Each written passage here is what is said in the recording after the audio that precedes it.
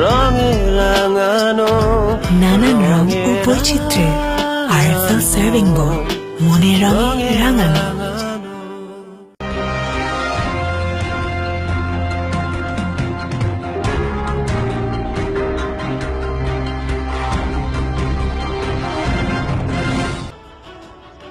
চট্টগ্রামের ফটিকছড়ি উপজেলার দাঁতমারা ইউপিতে বাসুর কর্তৃক ছোট ভাইয়ের স্ত্রীকে ঘুম করে মাটি চাপা দিয়ে হত্যা করা হয়েছে।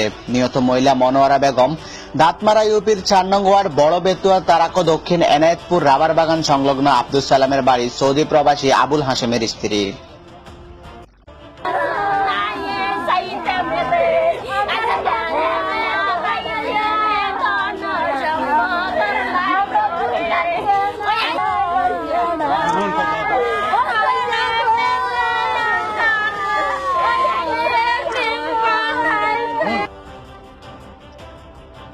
জায়গা জমির বিরোধকে কেন্দ্র করে নিহতের বাসুর আব্দুল খালেককে হত্যাকাণ্ড ঘটিয়েছেন বলে অভিযোগ করেন নিহতের পরিবার। হত্যাকাণ্ডের পর বাসুর আব্দুল সালাম ও তার ছেলে আব্দুল খালেক পলাতক রয়েছে।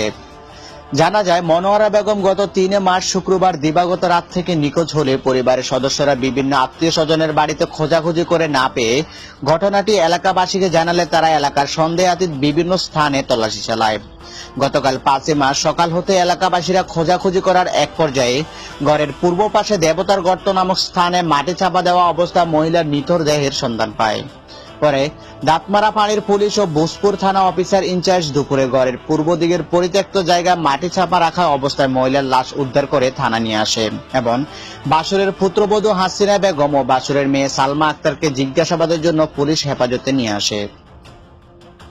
শুক্রবারে বিয়েলে 8টা বাজে নিখোঁজ হয়েছে। নিখোঁজ হওয়ার কারণে আমার দাদি আছিল, আমার বাইহুর 2টা বাড়িতে আছিল। হে তারা কইতে পারে না কারণে দরজা মেলা খাইছি। তো দিনের 10টা বাজে তো মোবাইল আছিল লগে, মোবাইলের নম্বর দিছি, মোবাইলের নম্বর বদ্ধ আছে। রবিবার 10টা-11টা বাজে খুঁজি পাইছি হুবিদি গত্তর ভিত্তি তো হাওয়া গেছে। জেডা এখন বাড়িতে নেই, যেত ভাই এখন বাড়িতে আছিল, যেত ভাইও বাড়িতে নেই। তো হেতারা ফলাই যাওয়ার কারণ কি? হেতারা যদি অবশ্য এই কাম যদি না করে তাহলে হেতারা অবশ্য ফলানোর কোনো যুক্তি নেই। মারা গেছে, সে হয়েছে আমার মা, আমি হচ্ছে তার মেয়ে। তার আগের থেকে দুর্ঘটনা মানে ঘটাছে। হেরার আমরা সন্দেহ করে বিদেশ থাকতেও একটা শালা মারছে, ঠিক আছে, শালা মারছে, ওখানে রিমোটে দিছে, অনেক কিছু করছে, মারধর করছে। তার বাড়িতে একটা ছেলে আছে, ছেলে কুমিল্লা একটা বিয়ে করছিল, তার একটা বউ আছে, বউরা পর্যন্ত মারি লেছে, তার একটা বাচ্চা আছে, বাচ্চাটারও কোনো নিখোঁজ কোনো খবর নাই। ভাইয়ের নামে আমার দাদি জায়গা সম্পত্তি কিছু জানি কতটুকু জানি লিখে দিছে। এটা নিয়ে মানে সত্যতা আমি করতেছে। এর জন্য খুন করে দিয়ে মানে আমার ভাই বিদেশ যায়, টিয়া পাড়াছে, ব্যাংকের থেকে টিয়া আনি রাখছিল গরো, চেক বই, টিয়া মানে কানে গলা জিনিস এটি চুরি করে লই গেছে। আমার জ্যাঠা আব্দুল সালাম আর খালে কইছে আমার জ্যাঠ ভাই। আমার মারে মাসে হে আসছিল, আমার মারে মাসে কানে গলা জিনিস আছিল, এই জিনিস কেউ পাইছে না। আমরা দাবি ওদের শাস্তি হোক, শাস্তি কিন্তু এসে শাস্তি না।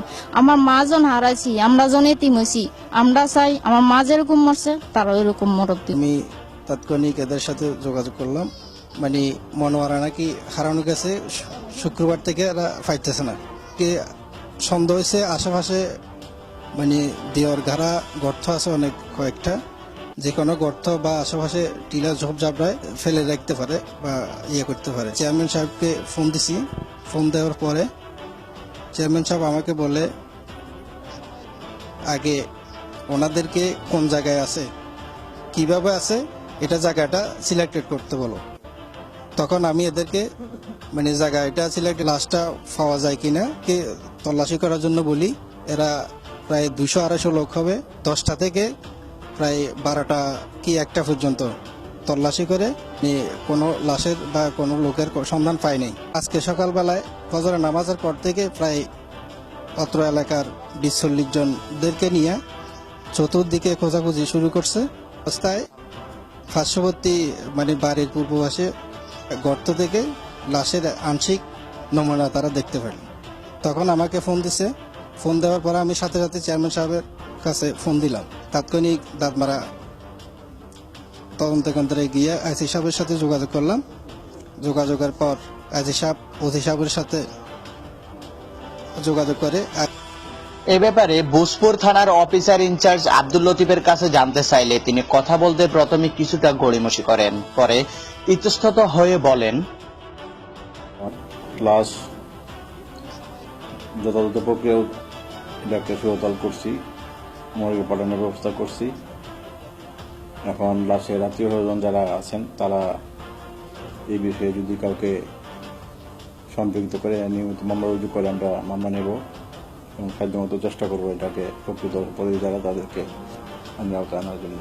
তারা আমি নেই, এটা অন্য বিষয়। 2 জন মহিলাকে তারা আটক রাখছিল বাড়িতে, তাদের নিরাপত্তার স্বার্থে আমরা তাদেরকে থানায় নিয়ে আসছি।